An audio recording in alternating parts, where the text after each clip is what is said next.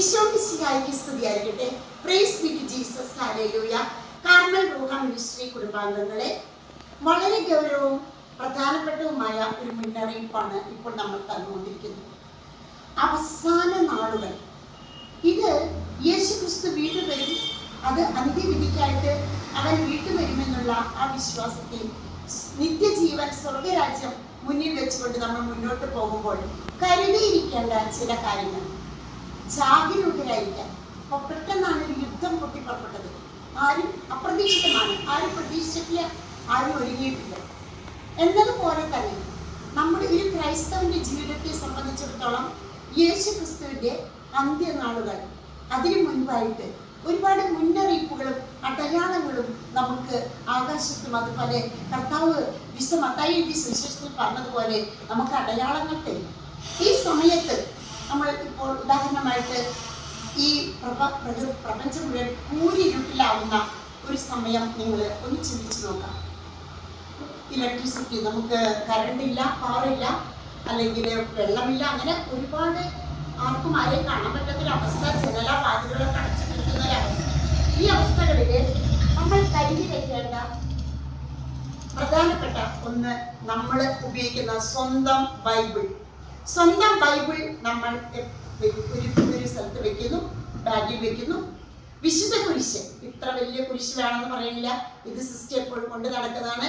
The agonising Christ Jesus loves you എന്ന് പറയുന്ന കർത്താവിൻ്റെ ചൊരപ്പാട് ഉള്ള ഒരു കുരിശാണ്. അപ്പൊ ഒരു ചെറിയ കുരിശ് നമ്മൾ കരുതി വെക്കുന്നു. അതുപോലെ തന്നെ നമ്മൾ ഒരു വചനം, ഏതെങ്കിലും ഒരു വചനം നമ്മളാ ഇരിക്കുന്ന മുറിയിൽ വെക്കുവാനായിട്ട്, ഇരുട്ടുമുറിയിൽ ഒരു വചനം നമ്മൾ വെക്കുന്നു പ്രിയപ്പെട്ടവരെ. അതിനുശേഷം നമ്മൾ വെഞ്ചരിച്ച തിരികൾ ഇപ്പോൾ തന്നെ നിങ്ങൾ ശേഖരിച്ചു വെക്കണം. വെഞ്ചരിച്ച തിരികൾ, വെഞ്ചരിച്ച ഉപ്പ്. സിസ്റ്റർ നിങ്ങൾക്ക് കാണാൻ പാകത്തിന് ഒരു പാത്രത്തിലാക്കിയെന്ന് മാത്രം. പക്ഷെ നമ്മൾ വെഞ്ചരിച്ച ഉപ്പ് നമ്മളൊരു ടിന്നിലാക്കി അത് വെക്കേണ്ടതാണ്. അതുപോലെ ജപമാല എന്ന് പറയുമ്പോൾ 1000 മണിയുടെ ജപമാലയാണെങ്കിൽ അത്രയും നല്ലത്. കുടുംബാംഗങ്ങൾ, നമുക്ക് ഇരുട്ടാണ്, കണ്ണ് കാണുന്നില്ലെങ്കിലും നമുക്ക് ഇത് വട്ടത്തിലിരുന്ന് ഒരു മുറിയിലിരുന്ന് നമുക്ക് ചെല്ലാൻ പറ്റുന്ന അവസ്ഥയിലാണ് 1000 മണി ജപമാല എന്ന് സിസ്റ്റർ പറയുന്നത്. പരിശുദ്ധ അമ്മയുടെ കൊച്ചു രൂപമോ അതൊക്കെ നമ്മുടെ കൈകളിലാണ്, മുറികളിലല്ല. നമ്മുടെ കയ്യിൽ ഈ കൊച്ചു രൂപം കുരിശിനോടൊപ്പം വിളിക്കുന്നു. ഈശോയുടെ തിരുഹൃദയത്തിൻ്റെ ഒരു ഛായാചിത്രം നമ്മുടെ കയ്യിൽ. കാരണം മിസ്റ്റർ ഫൗസ്റ്റീനോട് പറഞ്ഞു, ഈശോയുടെ തിരുഹൃദയത്തിൻ്റെ ഛായാചിത്രം സൂക്ഷിക്കുന്ന ആ വീട് സംരക്ഷിക്കപ്പെടും. അപ്പോൾ പേഴ്സണലായിട്ട് ഇത്ര വലുപ്പമുള്ളത് വേണ്ട, ചെറുതാണ് സിസ്റ്റർ ഉദ്ദേശിക്കുന്നത്.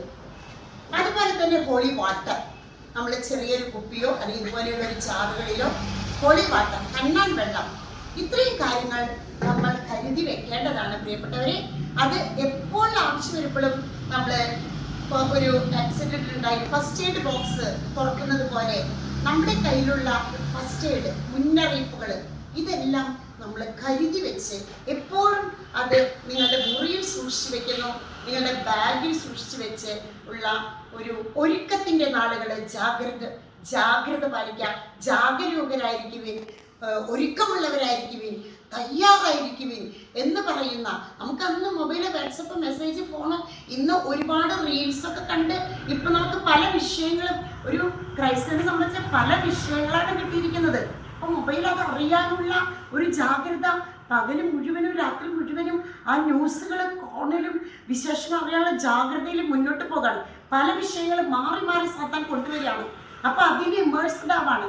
അതിനെപ്പറ്റി അറിയാൻ രാവിലെ മുതൽ സമയം ചെലവഴിക്കുക. എല്ലാവരും, ഏത് പ്രായത്തിലുള്ളവരും ഏത് അവസ്ഥയിലുള്ളവരായാലും ഇതിനു വേണ്ടി സമയം ചെലവഴിക്കാം. അതിനെ പറ്റിയ വിഷയങ്ങളാണ് എപ്പോഴും സാത്താൻ കൊണ്ടുവരുന്നത്.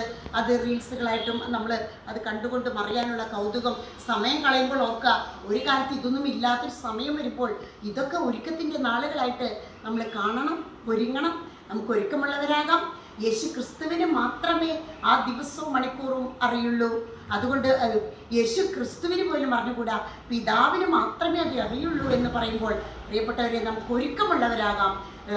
ദൈവവചന പാരായണത്തിൽ കൂടുതൽ ചെലവഴിക്കാം. യേശുവും ഞാനും തമ്മിലുള്ള വ്യക്തിപരമായ പ്രാർത്ഥന, പേഴ്സണൽ പ്രയർ, വിശുദ്ധീകരണ പ്രാർത്ഥന, അതിൽ നമുക്ക് കൂടുതൽ ശ്രദ്ധ ചെലുത്താം. എല്ലാവരെയും ഈശോ അനുഗ്രഹിക്കട്ടെ. പിതാവിൻ്റെയും പുത്രൻ്റെയും പരിശുദ്ധാത്മാവിൻ്റെയും നാമത്തിൽ ആമേൻ.